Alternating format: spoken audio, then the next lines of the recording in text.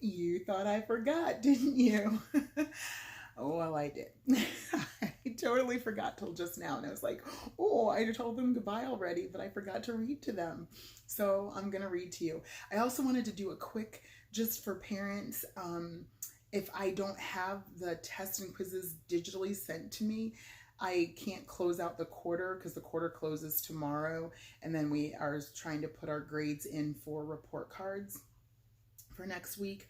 So if you haven't sent things digitally, um, message me if you're struggling with figuring out how to do that. I think I know how to do it, but a bunch of you have been, so that's been helpful. But if you haven't, please try to do that so I can get all the grades in. All right.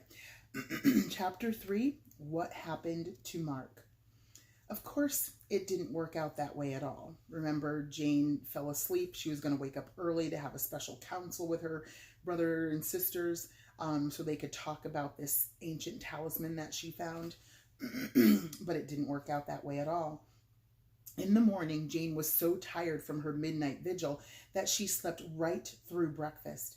Their mother, who was tired too, thought Jane needed the rest and told Miss Bick not to call her. Miss Bick looked disapproving as usual, but did as she was told. The children's mother went off to work, and Catherine and Martha, under protest, washed and dried the dishes without the usual charming companionship of their elder sister. Catherine was the washer and Martha the dryer. I'd like to know what's going on around here, Catherine complained over the cereal bowls. Lights on at all hours and Mother and Jane holding secret midnight conspiracies in the living room. I heard them. And now Mother letting Jane stay in bed half the morning? I don't know what this house is coming to. It's that magic. It's mysterious. I don't like it, Martha said. Catherine had reached the awful pans that needed scouring now, and Martha went away and left her with them, as is the traitorous habit of all dish dryers. She went into Jane's room. Drawn shades and a huddled form in the bed greeted her. Wake up, she said to the form in a half-hearted way. Go away, said Jane from under a sheet and a blanket. Martha felt depressed. Carrie, the cat, had followed her into the room. Carrie's full name was Carrie Chapman Cat. Catherine had named her after a famous lady whose name she had seen in the newspaper. Carrie was a fat, not very interesting cat, kept mainly for mousing purposes, and the children ordinarily paid very little attention to her, or she to them. But this morning everything was so gloomy and strange that Martha felt the need of comfort. She sat down on the floor, leaned her back against the open door of Jane's closet, took Carrie in her lap and stroked her. There was a silence except for the heavy breathing of Jane. Martha felt a wish for companionship. Oh dear, if only you could talk, she said to Carrie. Perks, said Carrie the cat. Wah, oh, Merglets Fitza! What? Said Martha, startled. Wah, oh, Merglets, said Carrie. Whittle whiffy us. Oh, said Martha, oh! She got up, dropping Carrie rather heavily to the floor, and backed away, white with horror. Foo, said Carrie resentfully. Idgwit at ert. Mark appeared in the doorway. Are my roller skates in here? He demanded. Jane borrowed them last week when her strap broke. Martha ran to him and clutched him. It's that magic. I've got it now, she cried. I wished Carrie could talk, and now listen to her. Carrie chose this moment to put on an offended silence. Bourgeois, said Mark gruffly. He found his roller skates in Jane's shoe bag and was putting them on. That old cat, she always was crazy anyway. Easy you self-its, said Carrie suddenly. Mark looked surprised. Then he shook his head in disbelief. That's not talking, he said. Probably just having a fit or something. But I wish she could talk. And then it began, like Jane yesterday. Just a coincidence, said Mark. Yesterday, too. I don't believe in that old magic. Just Jane being smart. Just a lot of crazy girls. He banged away through the house and out the front door on his skates. Miss Bick could be heard following in his wake and lamenting the fate of the floor polish. Martha gave up. There was no sense in appealing to Mark in this mood. Sometimes he got tired of being the only boy in a family of girls, and when that happened, there was no comfort in him. But she refused to be left here alone with the sleeping Jane and the gibbering Carrie. Or could Mark have been right? Was it just a coincidence? She looked at Carrie doubtfully. Did you say something? She inquired politely. It'll little backspick, said Carrie. Why powitzer grandpa. Martha fled the room, calling for Catherine. Catherine met her in the hall. Don't talk to me, she said, you pan-shirker. Oh, Kathy, don't be cross, Martha entreated. Something terrible's happened. I've got it now, only it comes out all wrong. And she told Catherine of the behavior of Carrie. The two sisters, clutched in each other's arms, cautiously approached the door of Jane's room and looked in. Carrie was still there, pacing the floor, lashing her tail and muttering a horrid monologue. It'll little bix back, she was saying. Grandpa, foos, idiots. Ooh, fitz a wanna talk a wits in a fitz a place a anywho. She seemed to be trying desperately to express herself. It was agony to watch and still worse to hear. This can't go on, said Catherine. She strode courageously into the room, making a wide circle around the still muttering Carrie, approached the huddled figure in the bed and shook it. Fitz-a-chew, said Jane. Now she's doing it, well, Martha wailed from the doorway. Catherine looked shaken. I think it's just sleep talk, she said. The time has come for desperate measures. Let me, said Martha, glad to get away from the doorway even for a second. She ran to the bathroom and fetched a wet sponge, avoiding the sputtering Carrie. She ran back to the bed and trickled the sponge upon Jane. Jane sat up in bed and struck her sister full in the face. In the tears and apologies and mopping up that followed, Jane awoke sufficiently to be engaged in sensible conversation and to notice the gurglings and spittings of Carrie. What did somebody do? Wish she could talk, she asked. Yes, I did. How did you know? Martha stared in amazement. How did you happen to find the charm? Who told you you could go through my things? I didn't. I don't know what you mean. Wait a minute. Where were you standing when you wished it? I wasn't. I was sitting down. And Martha showed her where. You must have leaned back and touched it. Touched what? Said Martha. What charm? Said Catherine.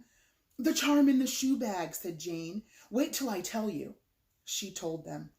I don't see how you're so sure, said Martha, when she had finished. About Mother last night, I mean. She just as good as said so, said Jane, and I Sherlock Holmes the rest.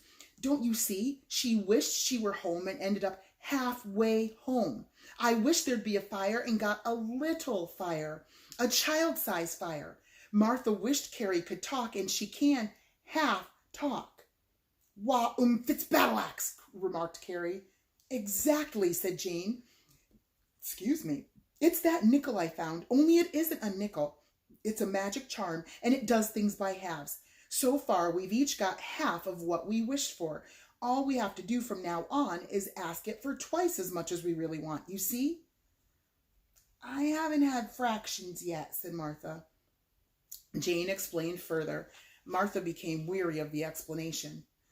What would twice as much as never having to learn fractions be? She wanted to know at last. Don't be silly. You don't want to ask it things like that, cried Catherine in scorn. Nobody's going to ask for anything till we talk it over and decide, Jane announced firmly. We don't want to waste any more wishes. We can't tell how soon we might wear it out.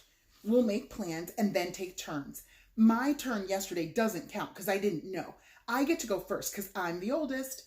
What would twice as much as not being the oldest anymore be? Was the bitter question of Martha, who was tired of always coming last.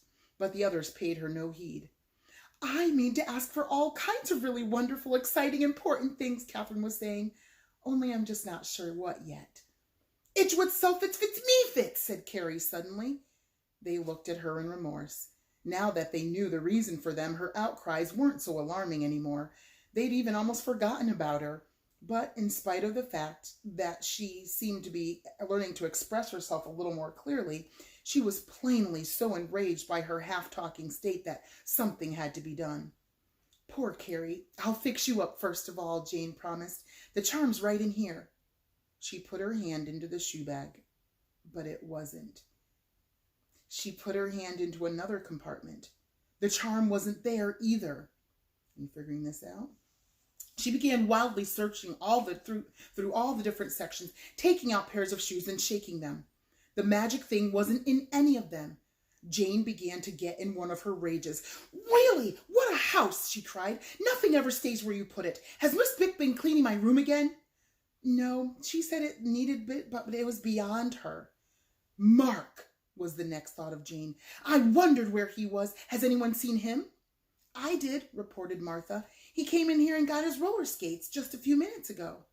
Roller skates? Jane's voice was a wail. They were in the shoe bag. He must have found the charm and taken it. A person might as well be living in a den of thieves around here. I don't think he did, said Martha. He said the whole thing was just a coincidence. He probably never even noticed the magic charm at all, Catherine pointed out reasonably. He probably just put the skates on with it in one of them, where you probably put it in the dark last night without realizing. It probably got stuck down there in the tightening part. It's probably still there, only he probably doesn't know. He'll probably make a wish pretty soon and then suddenly stop! Jane could bear no more. We've got to find him before he wishes for some awful thing and gets half of it. Where do you suppose he could have gone? Jane was rushing into her clothes now. Wah, me fits, said Carrie crossly. All right, we'll take you along, Martha, who was beginning to understand Carrie's half language, hoisted her up under one arm. They met Miss Bick in the hall. Where are you taking that cat? She wanted to know. Edgewood's fits out of the way, Fitz, said Carrie savagely. Miss Bick backed away, turning pale. That cat is ill, she cried. I know. We're taking her to the vet's, Catherine called back over her shoulder. Like everything else lately, the lie was only half an untruth. They were taking Carrie to be cured, if the charm could cure her. The children emerged from the house and stood looking around. Fortunately, they lived on a corner lot and could look down streets running in all four directions. But no welcome sound of whirring skate wheels, no welcome sight of an 11-year-old boy rewarded them. Finally, they started hurrying south on Maplewood Avenue, not because south looked any more promising than east or north or west, but because they had to start somewhere. Martha tried to muffle the sounds Carrie kept making by holding her close to her, but the few passers-by they met kept turning to stare after them. Why, Fitzpatrick, screamed Carrie at the passers-by. She almost seemed to be enjoying herself. Hush, hush, Martha told her. She was having hard work running fast enough to keep up with her sisters. It won't be long now. At least, I hope it won't. But it's going to be longer for us because I have to stop there. I'm so sorry. So come back on Monday and we'll find out what happens to Carrie and Mark and Jane and Martha and Catherine. Yes, I think I said them all. All right. I will see you next time.